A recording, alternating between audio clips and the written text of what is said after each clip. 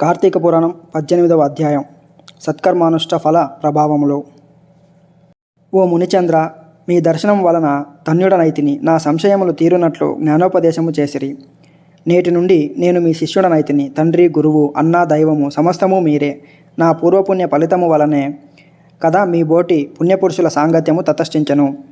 లేనిచో నేను మహాపాపినై ఈ మహారణ్యములో ఒక మొద్దుబారిన చెట్టునై ఉండగా తమ కృప వలనే నాకు మోక్షము కలిగినది కదా.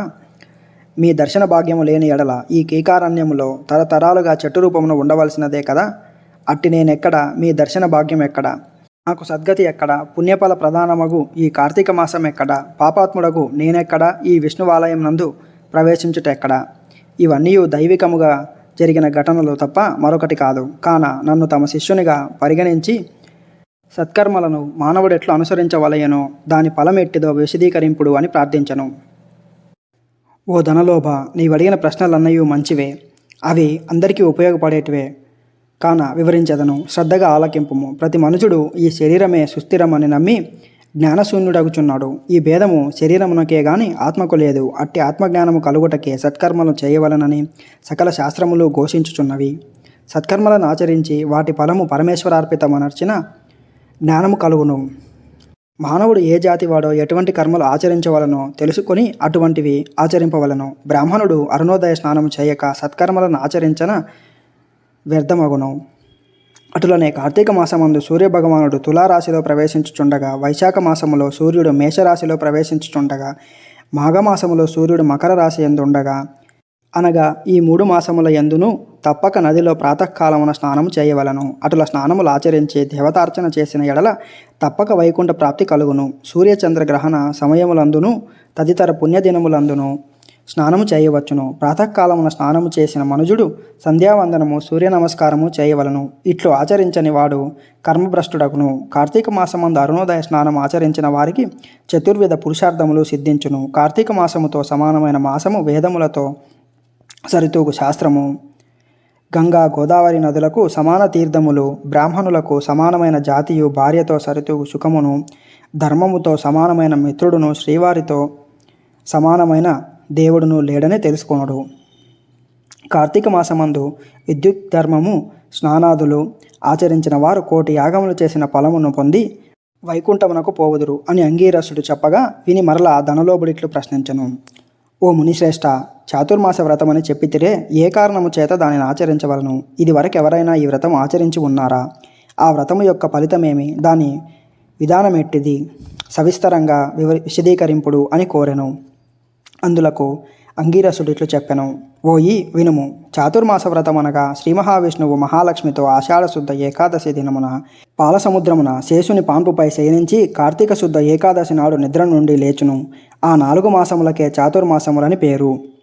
అనగా ఆషాఢ శుద్ధ ఏకాదశి శయన ఏకాదశి అనియు, కార్తీక శుద్ధ ఏకాదశి ఉత్థాన ఏకాదశి అనియు, వ్రతమునకు చాతుర్మాస వ్రతమనియు పేరు.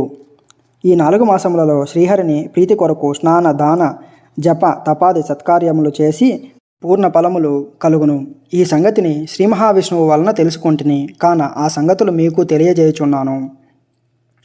తొలి కృతయుగమందున వైకుంఠమందు గరుడ గంధర్వాది దేవతలచే వేదములచే సేవింపబడుచున్న శ్రీమన్నారాయణుడు లక్ష్మీదేవి సమేతుడై సింహాసనమున కూర్చుని ఉండగా, ఆ సమయమున నారద మహర్షి వచ్చి పద్మనేత్రుండను, చతుర్బాహుండను, కోటి సూర్య ప్రకాశుండను అగు శ్రీమన్నారాయణునకు నమస్కరించి ముకులిత హస్తాలతో నిలబడి ఉండెను.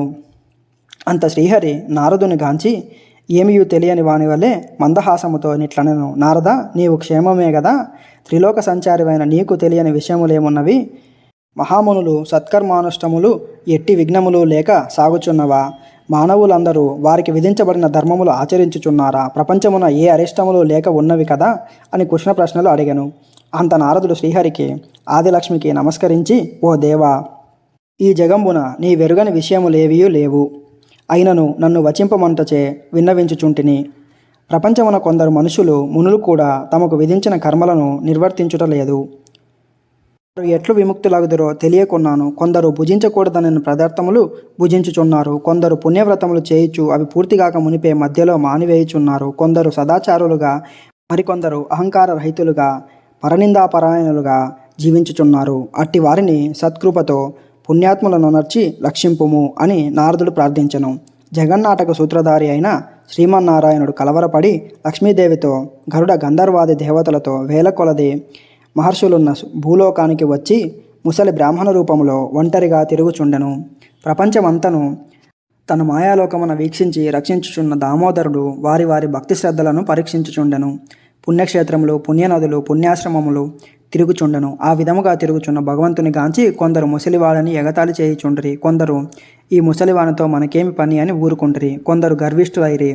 మరికొందరు కామార్తులై శ్రీహరిని కన్నెత్తి అనను చూడకుండిరి. వీరందరినీ భక్తివత్సలుడగు శ్రీహరి గాంచి వీరి నెట్లు తరింపజేతునా అని ఆలోచించుచు ముసలి బ్రాహ్మణ రూపం విడిచి శంఖ చక్ర గద పద్మ కౌస్తుభ వనమాల అలంకారయుతుడై నిజరూపమును ధరించి లక్ష్మీదేవితోడను భక్తులతోడను మునిజన ప్రీతికరమగు నైమిషారణ్యమునకు వెడలను.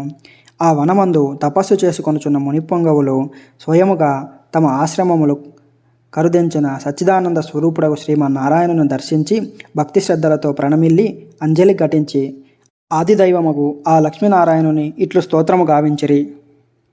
శాంతాకారం భుజగశయనం పద్మనాభం సురేశం విశ్వాకారం గగన సదృశం మేఘవర్ణం శుభాంగం లక్ష్మీకాంతం కమలనయనం యోగి హృదయానగమ్యం వందే విష్ణుం భయోభయహరం సర్వలోకైకనాథం.